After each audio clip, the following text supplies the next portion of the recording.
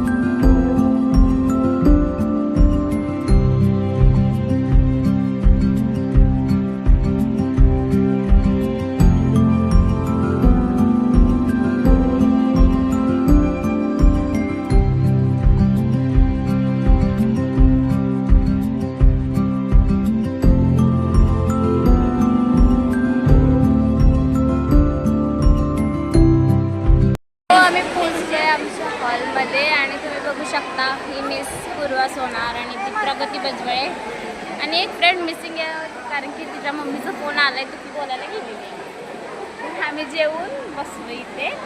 बाकीचे आम्ही मधल्या आधले शूट्स घेतले, तर तुम्हाला ते आवडतं तुम्ही नक्की कमेंट करून